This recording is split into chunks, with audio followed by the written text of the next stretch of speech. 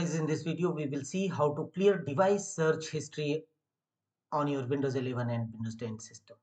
To clear device activity history or device search history, here are the process. Right click on a start button and choose settings. Here from the left side, go to privacy and security. Click on it.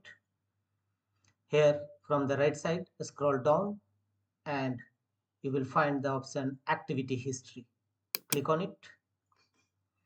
Here you will find store my activity history on this device or activity history on or off. You can turn on the toggle button or turn off to disable activity history. Thereafter go back and click on search permission. Click on it. Here scroll down and you will find